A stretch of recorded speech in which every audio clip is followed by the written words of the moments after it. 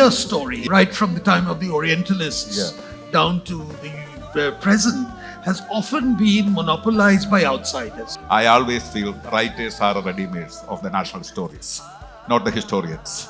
India's main gift to the world is stability, social cohesion, a democracy that is strong and decisive, and which is re-electing its leader. The great rupture came in 2014. The Indian story became totally different. कहानी अभी बाकी है because right now the economic story and the military story and the hard power story is yet to be played. The opportunity is with us Indians, all of us who are storytellers. We are all ambassadors of this wonderful land of ours. Many things are aligned with us. Step up and argue and put our point of view across. We will get our story heard. You won't have to wait a few decades.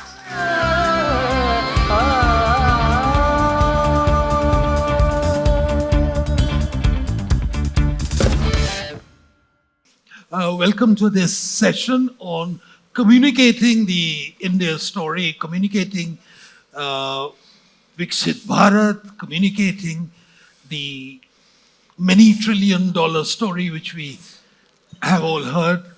And I think if some of you, like me, spent much of the morning looking at the election results, one of the recurring themes which always happens when someone wants to explain why someone didn't win as opposed to why someone won is they say, well, they didn't quite get the narrative right.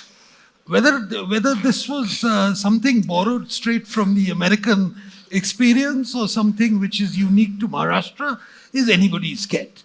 But what's important here is that behind any important development, there is a story to be told. There is a narrative to be spun. There are the spin doctors at work. Or there are people who just speak their minds. Now, we are fortunate here in having Shekhar Gupta, who everyone knows. I don't have to give his current designation of being the main force behind the print, which is online, which is not on print. Prasannarajan, who's the editor of Open Magazine, Ashwin Sanghi, author of many whodunits, and Amish, who's recreated the epics in a modern garb. Two journalists and two novelists, although some people would say there's no real difference between the two.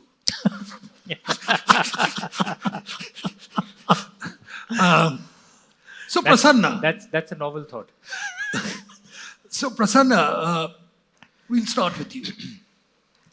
My apologies for starting with you. No, it's fine. But how would you spin the story? You know, before I start, I want to give a kind of a backstory. What is the India story? And I would begin with, if there is a narrative flow in conveying this great India story, how will you define that flow? I would say it's a crisis of representation. So it has always been there. Whenever great changes happening in the history of nations, we are always unhappy with the way it has been told, because the change is never represented according to the people who experience the change. There is always some kind of a. I think India is at that moment in history where the Indian story is, it is mostly told to the English-speaking world, not by Indians. It's a fact. Because we mostly tell the story for ourselves, but the larger English-speaking world, where the India story is an amazing story that is not invariably told by the outsiders. In its dramatization of the past and the exaggeration of the present, it is always the outsiders who get to tell the story not to our liking most of the times. So, who are the storytellers? I want to begin with the originally there are the travelers in search of the Oriental. You know, they traveled to the east, the land beyond China.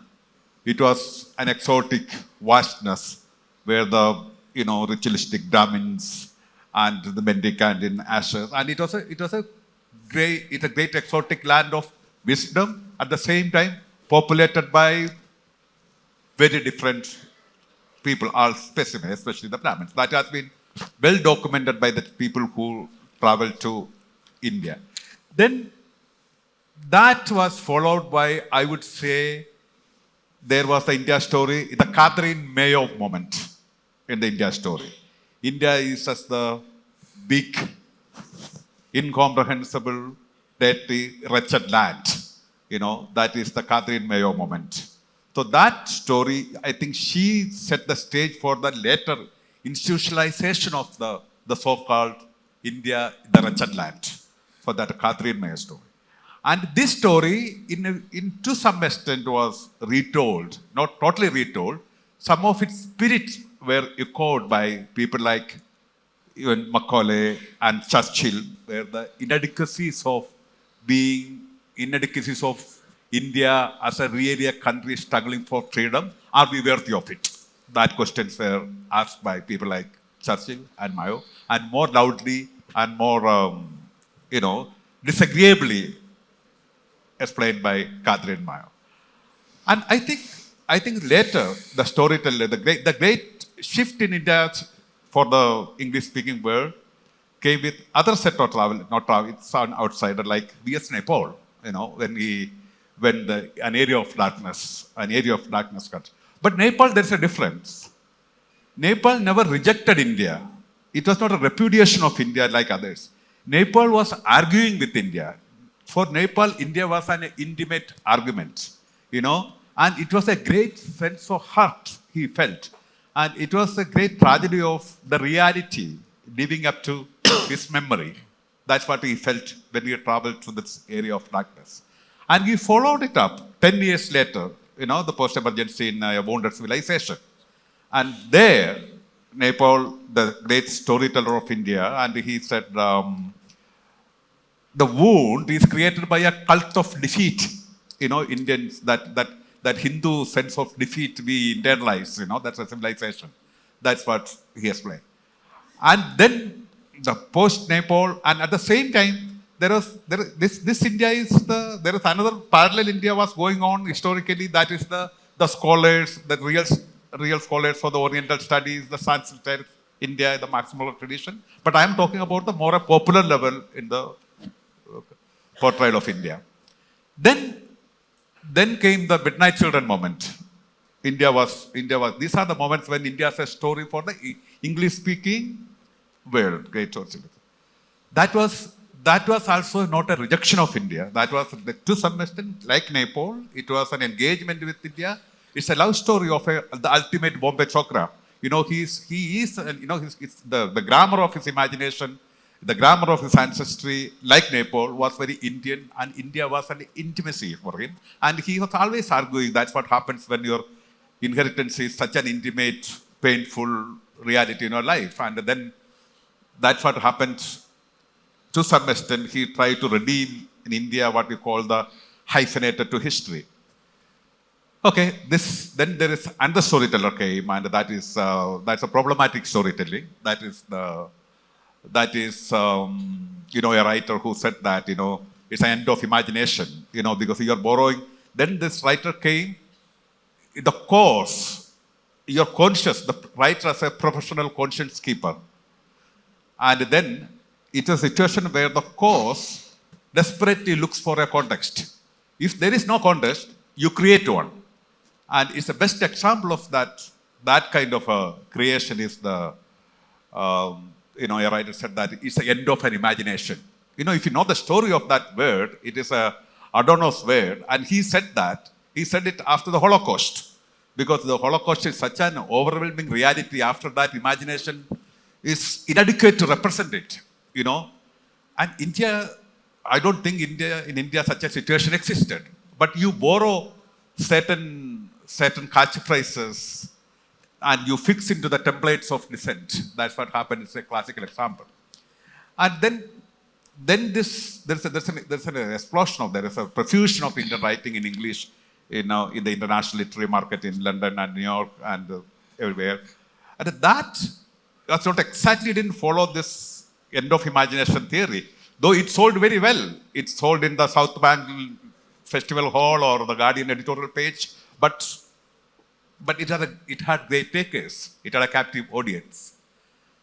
But then I think the great rupture came in 2014, and the Indian story became totally different. It was a great rupture. It was a reshuffling. There was a narrative subversion in the Indian story, because it changed many things. It's the first time India too was experiencing and coming face to face with one of the questions which define most of the great changes in the national evolution. Who are we? That question was, I don't know, it was answered. That question became an overwhelming experience for a majority of Indians who were living in great impatience, great grievances, great resentment. These things became, it's such a big change. And I don't know, again, whether this change was really told adequately to the world. Because, for example, when great things happen, this kind of moment happens in a Brexit or a Trump. No, it has become, there is a publishing, the great profusion of publishing in non-fiction after Trump and Brexit. Maximum, it's a golden era of the modern non-fictional writing after that, on themes like democracy, liberalism, nationalism, and where democracy is the best system, or the crack up in the liberal world and the conservative revival. Even people are questioning these kind of things happened. But in 2014, but why this story is not adequately told. So, and when it is not told, and we have an image of India internationally, I'll stop it. And that is, again, a series of stereotypes. Because the mad nationalistic running amok, high on mythology, and this kind of an image is happening. And my question is, why this moment is captured by the Indian writers writing in English, for why we left it to the journalist or editorial pages of the liberal editorial pages. And I want to tell one point, that is, there is some kind of a cultural protectionism in India today, because I will call it anti-Westernism. That's a paradox. Even you have to be a good argumentarian in anti-Westernism, you have to do it in English. So that's what's happening in India. So why our writing, some of the great Indian stories being told, why we are telling ourselves? Why you are living in this massive echo chamber of India? So you have to take it outside like this great moment. And because that's a question we have to answer. And I think, I feel the writers, like the Latin America, what happened in Latin America or what happened in Russia, I always feel writers are ready-mades of the national stories, not the historians. We know the great Russian story by Dostoevsky, and we know the great Latin American story by Garcia Marquez. So writers are the ready-mades. Okay, I think I think there are some very interesting points you made. Yeah. One of the major points is that, by and large, the India story, chronologically right from the time of the Orientalists down to the present, has often been monopolized by outsiders, number one. Speaking in a language speaking in an idiom rather, which is completely alien. Secondly, there's been a great deal of preoccupation with the exotic India, the romantic India, maybe the sanitary inspectors India, and such like. And the India which has come up of late, more assertive India, has not yet found its voice. It's still struggling to find. But let me ask Amish a question. And Amish didn't want to be the first speaker, so I deliberately shied away from that.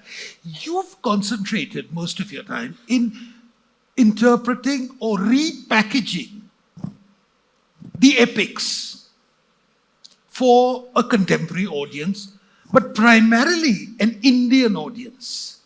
And Prasanna made the point that Indians are caught in an echo chamber. Do you think that the first purpose of getting the India story right is by actually creating an India story in the minds of Indians to answer the question which he asked, who are we? What does your experience tell you?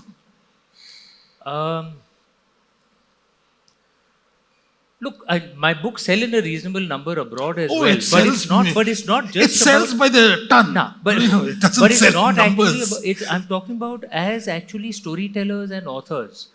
I think Prasanna is absolutely right. The India story for the last few centuries has been told by foreigners. Foreigners convinced us, for example, that India was never a country. The British built us, which is nonsense. But many Indians believed it. It did not change post 1947 because there were Indians who were speaking in English, who were primarily driving our literature, our textbooks. Many who've written, I'm sure many are aware, those who've written our seminal history books actually didn't know Sanskrit, some of them. I don't want to name them, but we know who they are. So they were dependent on British translations of our original texts. This was the situation that India was stuck in. So actually the story that we started telling ourselves as well was defined by the British because our textbooks were written by the native English speakers in India, which were then translated into Indian languages, which is why many Indians also believe that maybe the British created us, or maybe sati has been a tradition for thousands of years, it's all our fault. These things which can be very easily challenged. Now what has started changing post 1991, the way I see it. Normally, to use the much abused term of soft power, I mean, essentially what is telling our own story is that we will have our own soft power, right? Normally, soft power tends to follow hard power by a few decades. America was already richer than the UK by the late 19th, early 20th century, but it still didn't take over, right? Because there's a bit of time lag when a country actually becomes powerful and then starts realizing that actually have become powerful. And I can drive my own story. In India, I find our cultural conversation from the Indian side has started early, right? Perhaps a reason for that is China and India, our scale is so big.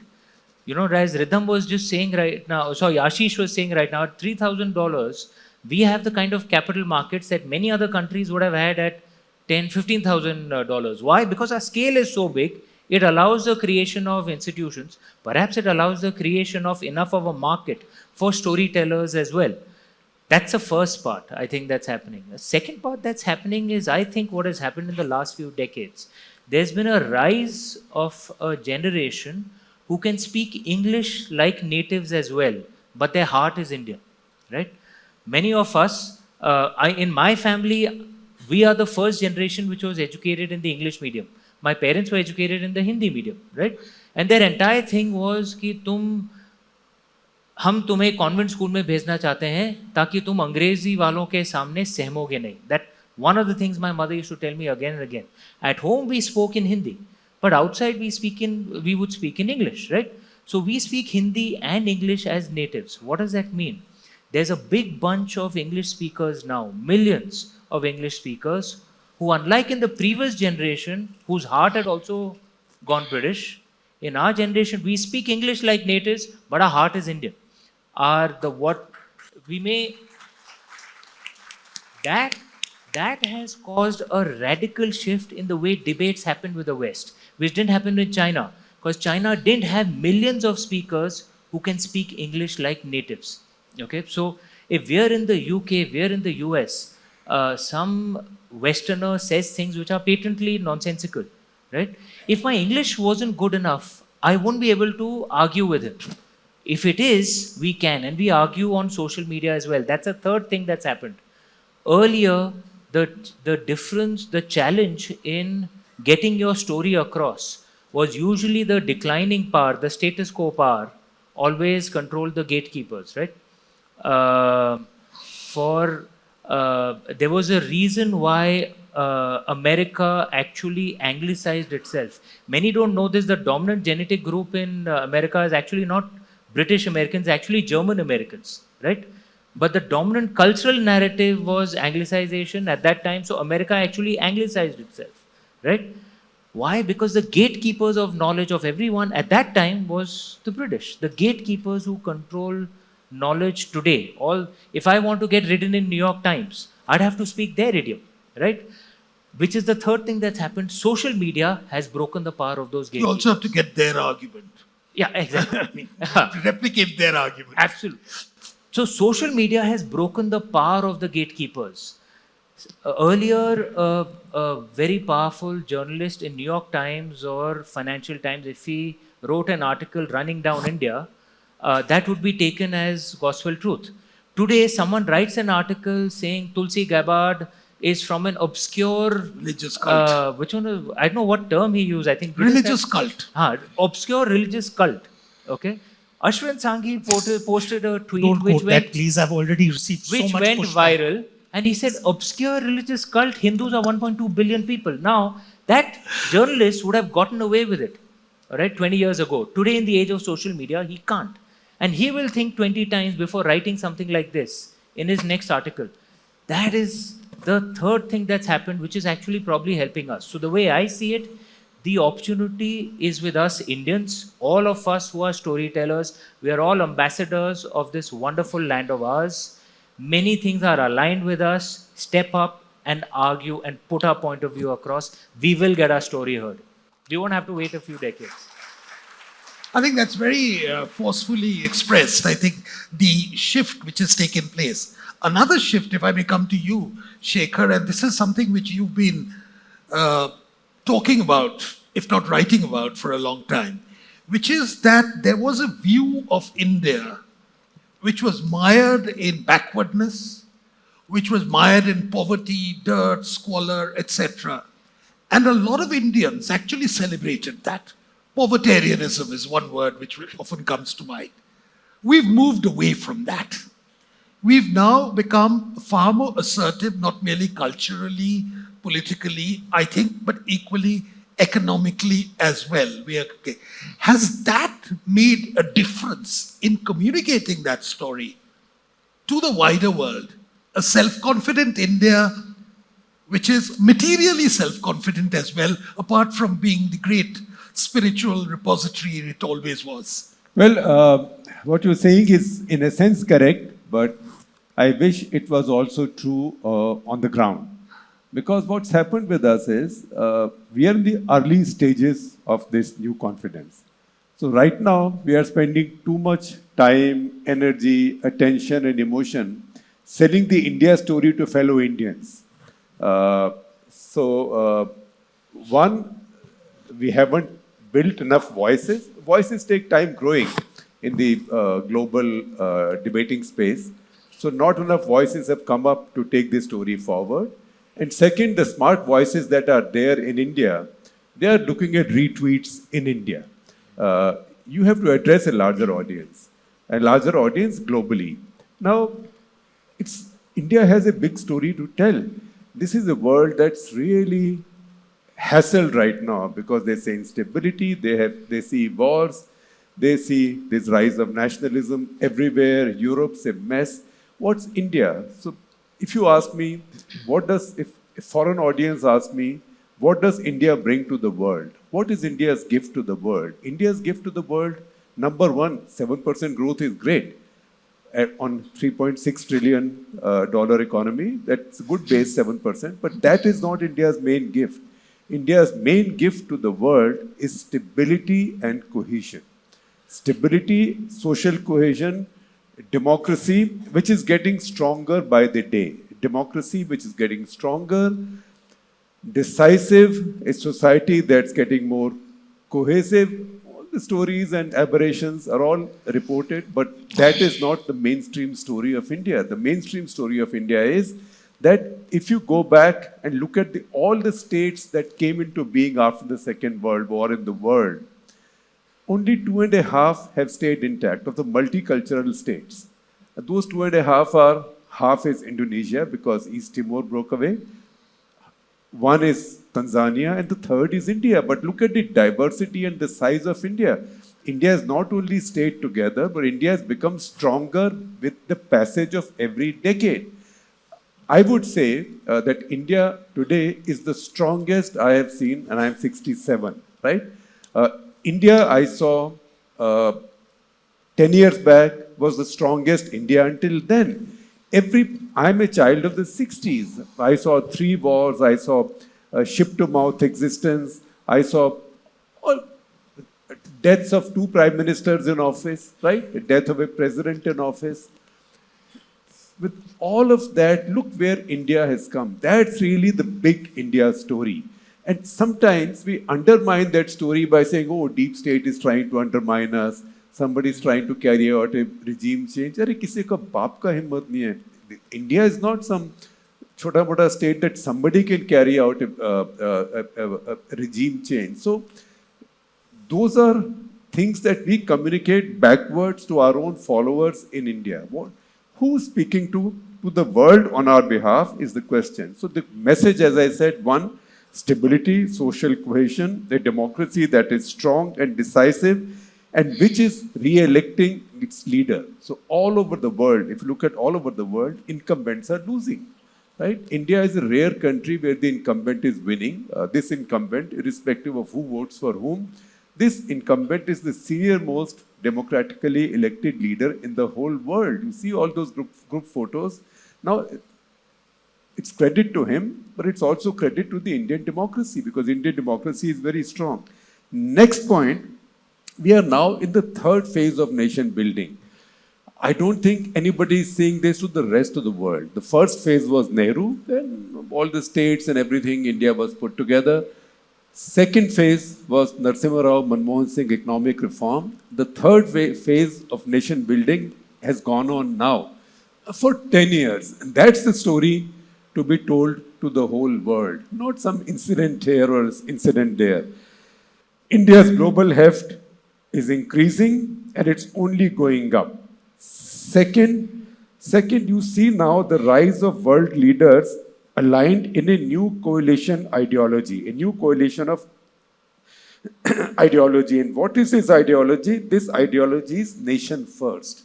So this old consensus over a flat world globalization is broken. So this is nation first. What does India do in this nation first situation? India has to stay nation first, but India has to say, look, but if you are good to India, if you invest in India, if you look at India with respect and awe, which India deserves, you are actually serving your own national interest. You are not doing it as a lip service to globalization. Earlier it was, because it's globalization, you must do something in India. No, you want to serve your national interest. You cannot serve your national interest unless you do something in India. So these are the messages that need to go down, because the old post-World War II consensus has now broken down. And the new consensus is now emerging for India. I mean, it's a bad metaphor to use, but it's a black swan, perfect storm event in global politics, geopolitics, which is totally to India's advantage if India plays to it. But the important thing is sometimes we are like people who declare victory too soon, right? And that's how our hockey teams used to, after leading 3-0, concede 4 goals in the last 3 minutes, right? So we declare victory too soon. So we have to take a deep breath and focus. We missed the first rush of China +1 to Vietnam of all countries. We should not miss the second rush, because this will go on for a long time, and don't let anything distract any of us. At the same time, we have to avoid delusion, rhetoric, defensiveness, surliness. That's when we talk to the world. It may work well domestically. So this nonsensical talk of deep state is out to undermine India. Deep state could not undermine India in 1960s. How can it undermine India now? Second, de-dollarization. I mean, dollar is very good for India, right? So why de-dollarization at a time when China is launching dollar bonds, dollar sovereign bonds in Saudi Arabia? Why is this fantasy about de-dollarization? And if you talk about de-dollarization, BRICS currency, which will be a yuan currency, right? Because if BRICS is 30% of global GDP, then China is 80% of that BRICS GDP. So India does not have to fall into the trap. This deglobalization or rise of nation first is very useful for India. And that's why India must look more confident, must look not just indestructible, but a rising power. That said, I will just say one more thing in conclusion. Who tells the India story to the world? We can keep on telling it, but all of us will have limitations telling the India story to the world. Global voices have to tell the India story also to their own world. Now, compare the situation today with how it was, say, until 3 decades back. Ram is here. Ram, until 3 decades back, the greatest scholars on Indian politics, Indian economics, Indian subcontinent's geopolitical issues were all in Western academia. So, Myron Weiner, Leo Rose, Paul Brass, Lloyd and Susan, Rudolph, Jim Maynard, Steve Cohen, all of them have gone. All of them have gone. In the critical times, they were seen by the left establishment at that point. They were viewed with suspicion and very often denied visas. But when Bangladesh happened in 71, those are the ones who spoke up for India in an American system which was very hostile to India. So India has lost out on this big support base. What's happened on the other hand is it's very good for native Indian origin people, but all of the Western academia researching the subcontinent, to the extent that I can, I ban the use of the expression South Asia, because I think at some point think tanks invented this expression South Asia, because there are lots of countries south of us in Asia. So on the subcontinent, the loss of genuine Western scholars on the subcontinent is a setback to India. And we talk about deep state. We have to build our own deep state. What is to stop India from building its deep state? You want to build a deep state? You get Indian corporates to set up chairs in global universities. Don't give those chairs to Indian scholars. Find useful global scholars who will not always say what you want them to say, but who will have a stake in the India story, because everybody needs to be given a vested interest. The international scholars lost interest in the India story because funding stopped. That was the Cold War funding. Cold War ended, the funding stopped. That funding can now come from India, and that will help build the India story. The other thing is, take the India story to the neighborhood. Now, Pakistan's a challenge, let them be. But if we were to become a deep state, why are we not doing what the Americans did with the Soviets in the Cold War, or what the Americans and the Europeans and the Brits and the Germans do all the time with the rest of the world, including our country, which is to give scholarships, get scholars in, get students in. Some will be hostile, some will be write stuff you will not like, but you will build a living constituency for yourself. And second, you will build a vested interest, because there is 200 scholars in Bangladesh will be thinking, I need a scholarship, I need to get out of Bangladesh, where do I go? So maybe it's tough for me to go to the US, it's too competitive. Canada is all fake, right? Because Trudeau himself has said that most of his universities are fake and diploma factories, right? The Brits have no money. India should have the money for the neighborhood. And at some point, let the Pakistanis feel bad. Even Afghans are going there, right? Nepalese are going there. I mean, what do I see in this situation? I've been around a long time and I've seen this picture from both sides. Today, it's the Indian scholars and Indian journalists, particularly refugees from journalism, the people who no longer have full-time, well-paying jobs. There is strong FCRA restrictions in India. So the foundations, the global foundations, have built foundations in our neighboring countries. Look at a big foundation in Nepal, for example. Big foundation in Nepal, which is not only inviting Indian scholars, Indian journalists, but also giving them assignments. So I will give you an example without naming any names. The story was carried in a big national paper, Indian national paper, probably because it cost them so money and because all environmental stories look great. And this was a long story over 2 full pages on how the maritime shipping in the Ganga was going to kill the Gangetic dolphin. Right? If you read that story, the last line said, this story was funded by such and such foundation, by a grant from such and such foundation. I thought about it yesterday because yesterday stories came out that Gangetic dolphin has made its appearance after 30 years in Patna, right? And we sent a reporter to cover it. So I remembered this.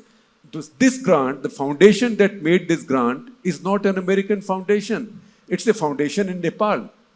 Right? It's a foundation in Nepal. So the American foundation will give money to the foundation in Nepal and see the number of South Asia conferences, which just burns my heart. South Asia conferences being held in Nepal.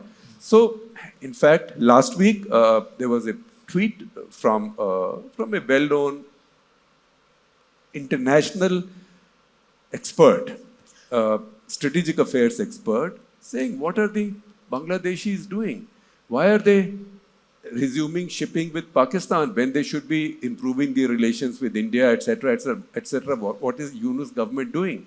To which I responded, I rarely speak on Twitter now. I'm on Twitter sannyas.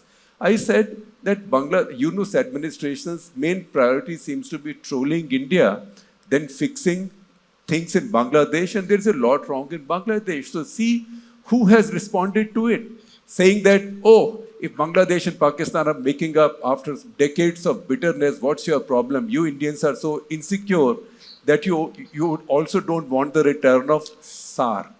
So this is a voice from Nepal.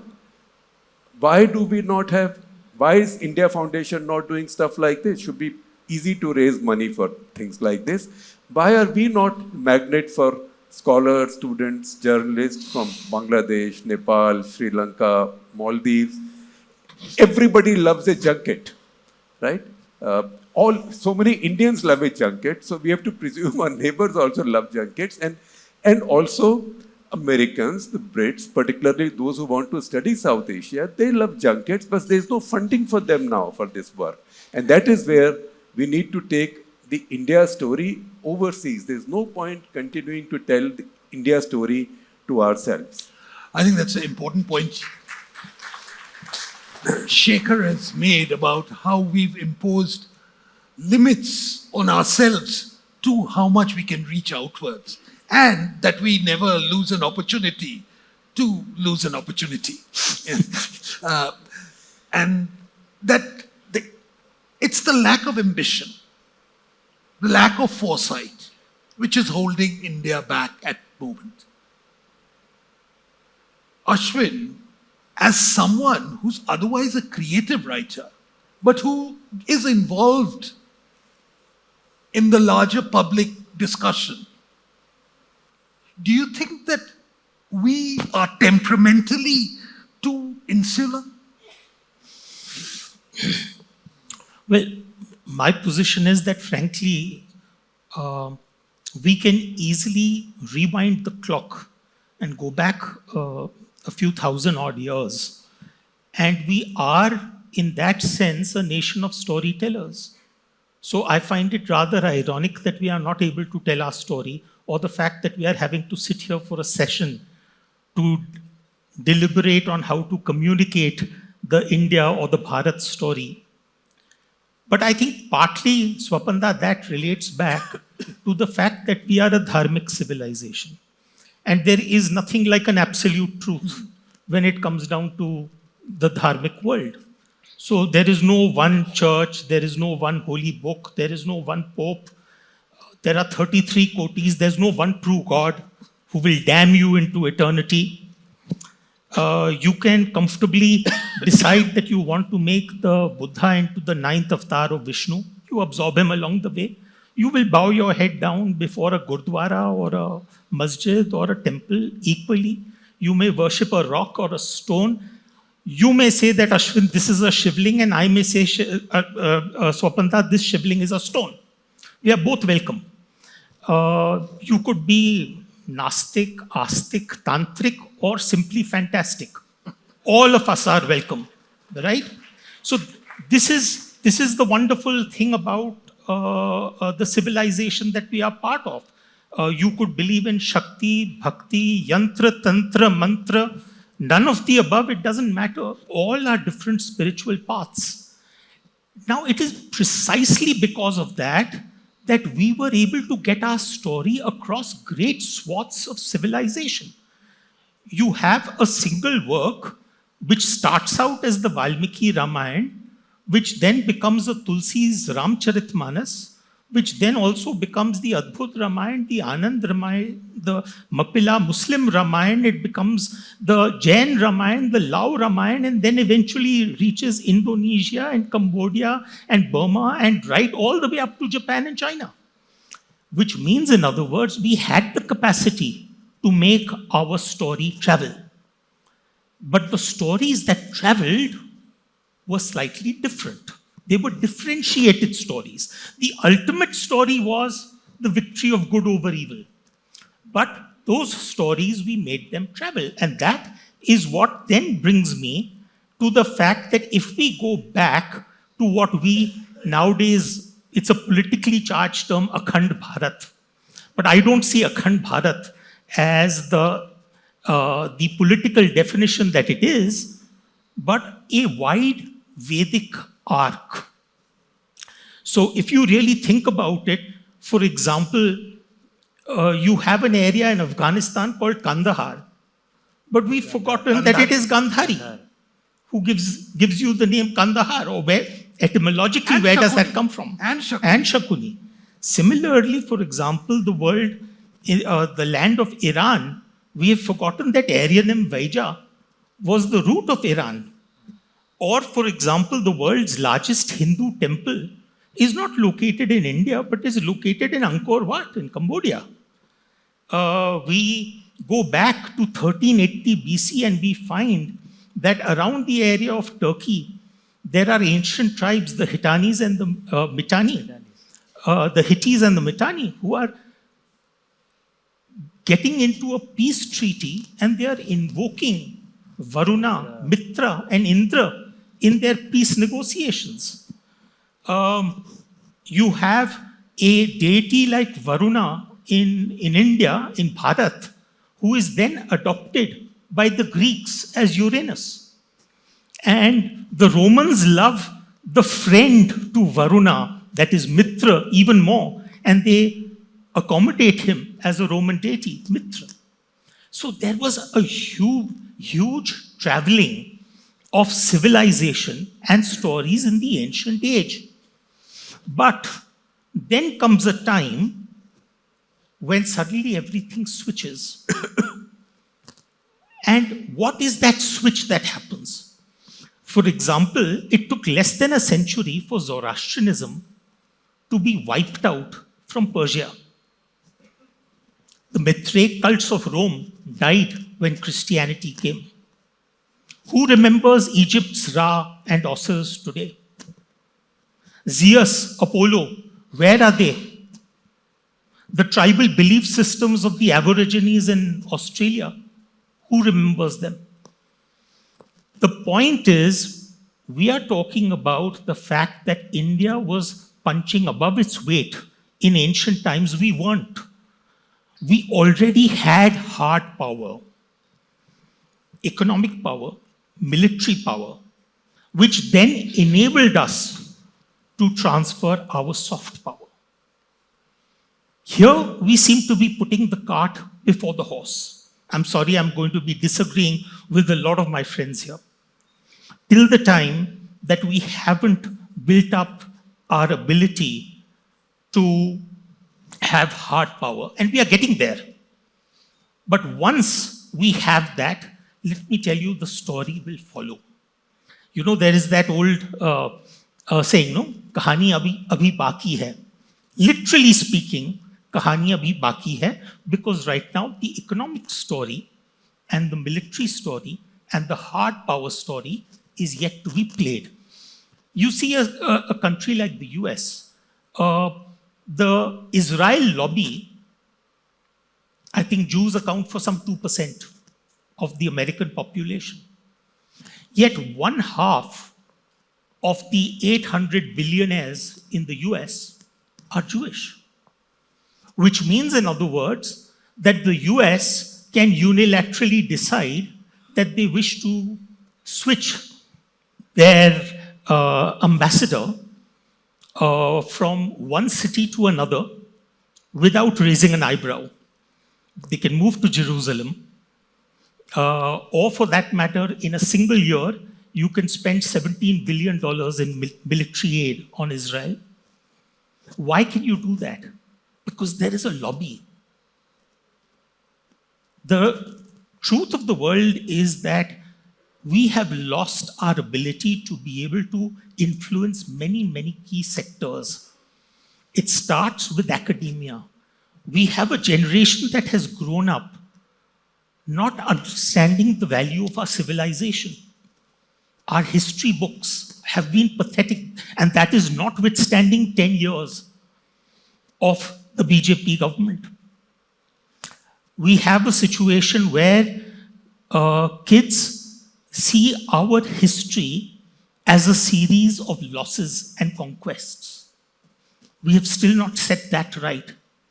Maybe the answer, Swapada, is just keep on quietly doing your work in terms of getting your economic and military might right, and set the narrative right in the sectors that really are important: academia, media, and probably entertainment. There has been no sector greater than Hollywood in terms of setting narratives. So maybe that's the parallel effort that we need to make along with our economic and military effort. I think I won't be exaggerating if I say the multiple ideas which have come across from these 4 different but yet complementary interventions is something to think about. But I've been told that one of the shortcomings of an earlier session was that there was no engagement with the audience. And I want to set that right in this particular session. So instead of having a further cross-conversation, I'm going to ask for actually people to, for questions. So if we can have a show of hands, then we can. Okay, Rajiv. My name is Rajiv Srinivasan. Which story you're talking about? Because there are multiple stories. There is the India story that you've concentrated on, which is the economic story, as Ashwin ji mentioned, the military story, etc. But that's under attack from Hindenburg and other sources. Like just a couple of days ago, you saw what happened with Adani being under attack. So that's being attacked on the one hand. Second, there is the Hindu story, which, as was mentioned by Amish ji, under attack. Tulsi Gabbard attacks the Hindu story. Audrey Trushke attacks the Hindu story. And then there's the Bharatiya story. I wrote an article with my friend Abhishek for Mr. Prasannarajan in Open Magazine about Ayurveda and allopathy. And then we ran ChatGPT on it. It did not even have the word Ayurveda coming out in the ChatGPT summary. So Indian or Bharatiya knowledge is being negated and being exterminated. So there are multiple stories that are being attacked. So which one? Because you've only talked about the India story. So what about the Hindu story? And what about the Bharatiya story? Thank you. Beautiful. Okay, before you answer, let's hit a cluster of questions and then we can. Okay, the lady, Surabhi. I want to add to the stories list. And I really believe that one of our biggest storytellers abroad are our diaspora. The type of stories that I see coming out of the diaspora are also divergent in terms of their life experiences, the reasons why they left the country, which state they come from. A lot of the people in the diaspora have strong regional values as well. So I'm curious to hear, do you see those differentiations? There are also economic differentiations in diaspora audiences, right? There are certain diaspora communities that have migrated at an earlier time, have more economic power. Do you see that as an important factor, and how does that come together? Good afternoon, sir. I'm Ritvik Shastri. So I'm a first PUC student. The discussion that was done by all the erudite panelists was really fantastic. But my question here is how Amish Tripathi ji, you mentioned about English education and about different types of colonial consciousness that we have. Same with you as well, ji. So my question would be, how would we slowly come out of this kind of colonial consciousness where we, till today, we converse fluently in English, as you mentioned? That's my question. Thank you very much. Two more questions we'll take, and then we'll try and... May I ask? My name is Nishant Azad and I cover politics for Organizer Weekly. As you said that democracy is getting stronger and stronger day by day. But there is a section in our society that they believe that constitution as well as democracy is in danger. What is your take on this? Hello, sir. My question is to Shekhar Gupta ji. You said India should fund and make some English people or somebody. Some funding should be done so that the other country people also write for us in a positive way. That's what I heard. Actually, whenever I see any UK magazine or something, they'll keep the author's photo to the side and they say he's not funded from so and so, he has no vested interest, no conflict of interest, everything they write. That is one thing which we like, because it should come spontaneously, not with funding. If some politician, journalist write anything, we see, okay, he is taking the line. That's what is there. One final question. Okay. My name is Sandhya, and I want to take further up from the diaspora point. I have lived for almost 30 years in the Middle East and back here. There is a story running in the Middle East as well, between UAE, Saudi Arabia, and so on, which I've documented in a book. Amish has a copy of that. But the stories have a time scale. How far back do you go to start your story? So if you started 100 years ago, 200 years ago, 500 years ago, what is in the memory and what is the time scale that one starts a story in, is my question. So my name is Shashwat, and in 2013, when I read the Shiva trilogy, it was very interesting to see, to actually imagine Shiv like that. And, it opened many, I would say, like, many new doors for the imagination and for the culture that we've never actually thought about it like that. Shiva is a cool person and all of that. But now I feel that in the sense of we establishing our culture, and we're also talking about cultural protectionism. So how do we see the stories of India, which will be put out internationally? Like Shiva trilogy was a bestseller in India. But like abroad, how do we see that happening? One more question. Yeah. Please. Right, so I am General Shukla.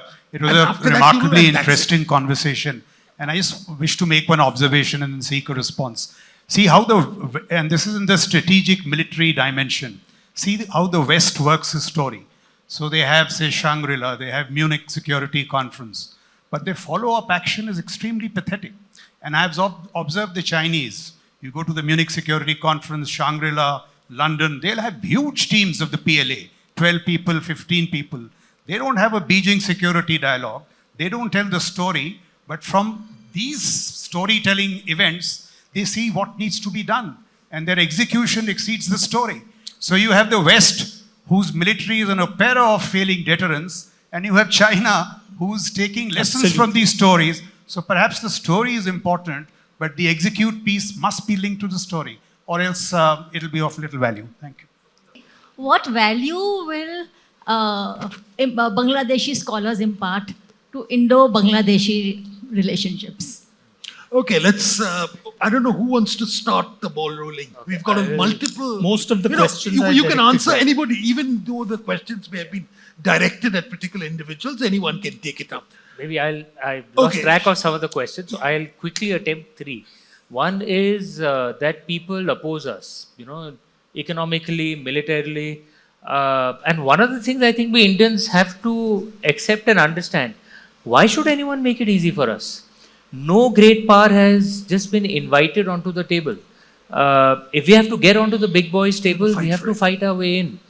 And one of the things that I genuinely believe is muscles grow against resistance. If you don't exercise your muscles against resistance, they atrophy.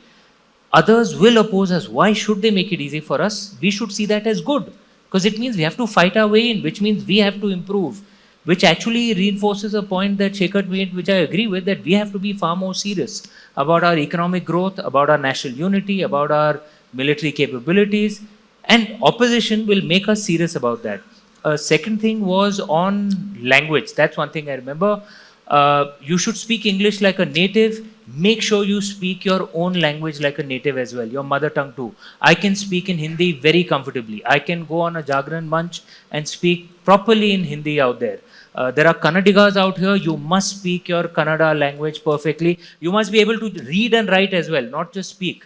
I find many youngsters are reading. I don't know if it's happening in Kannada. I know North India, many youngsters are reading our mother tongue in the Roman script. I don't know if it's happening in Kannada. Okay? And the Indian languages are phonetic, scientific languages. How you pronounce it actually changes the meaning. It's not like English. English is a mongrel language, right? Pronunciation doesn't change the meaning as much. If you're reading your language in the Roman script, you mess up the pronunciations. Hindi में त, थ, ठ का कुछ फर्क नहीं है. न, ड़ तो भूल ही जाओ. So you change the meaning. You find so many saying Vasudev Kutumbakam instead of Vasudhaiva Kutumbakam. मतलब क्या बोल रहे हो यार? Okay. But they don't read in Devanagari, so they don't know what they're saying. So don't give up English. I'm not anti-English. It's very good for you. Know your own mother tongue as perfectly as well. And that is within our hands. Last thing on the Indian immigrants who went abroad. There's actually a documentary idea I have. My wife Shivani and I, we've been discussing it. There's something that struck me. Indian immigrants have gone abroad over the last few centuries. Some went practically as slaves. The indentured labor was basically slavery with British characteristics. Let's be very clear. Okay. Some went as immigrants in the Raj era. Some went as immigrants in the 60s. Some went recently. One of the things you find as a common pattern of Indian immigrants across the world, whether they're in Fiji Islands, Southeast Asia, South Africa, Hong Kong, Canary Islands, US, UK, everywhere. Indians jump forward a few generations, we are right at the top. No matter, even if we went as slaves to the Caribbean islands. Crime rates are among the lowest there is, education levels among the highest, income levels among the highest, right? It's not genetic. What is the reason why Indians do this? Because it's not genetics. Because the Pakistanis have the same genetics as us. They like to think they're descendants of Turks. They're not. They're descendants of Indians, basically. But Pakistanis in every single country they're at are right at the bottom, right? Lowest education, economic achievement, highest crime rates. It's not religion, because Indian Muslims are also right at the top, right? You find Bori Muslims right at the top.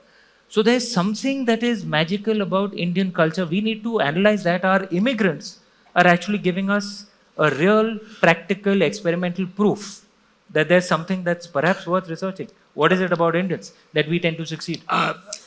Anyone else to sort of compliment, disagree with the various interventions that have been made? I think Prasanna's been quiet for too long.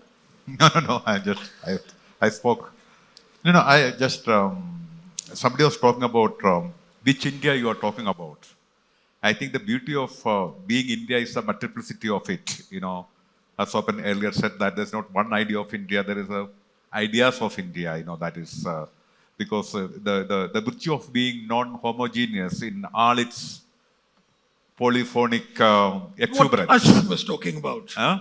what Ashwin was talking Yeah, about. this- It's a this- shivling and a stone. Yeah, so the many accents of India, because somebody said that when somebody speaks English with an accent, which means he knows one more language.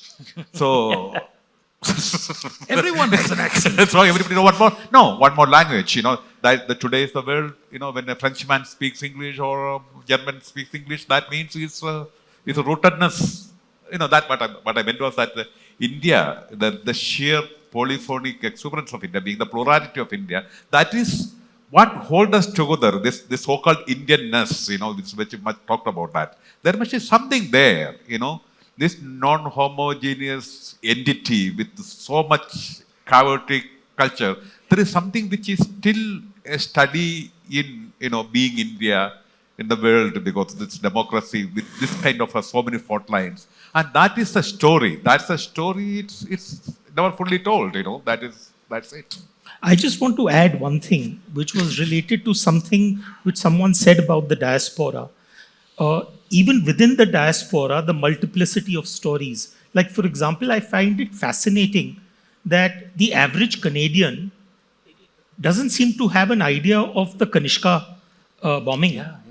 Such a huge historical gap that the greatest terror attack. Even Trudeau doesn't. Exactly.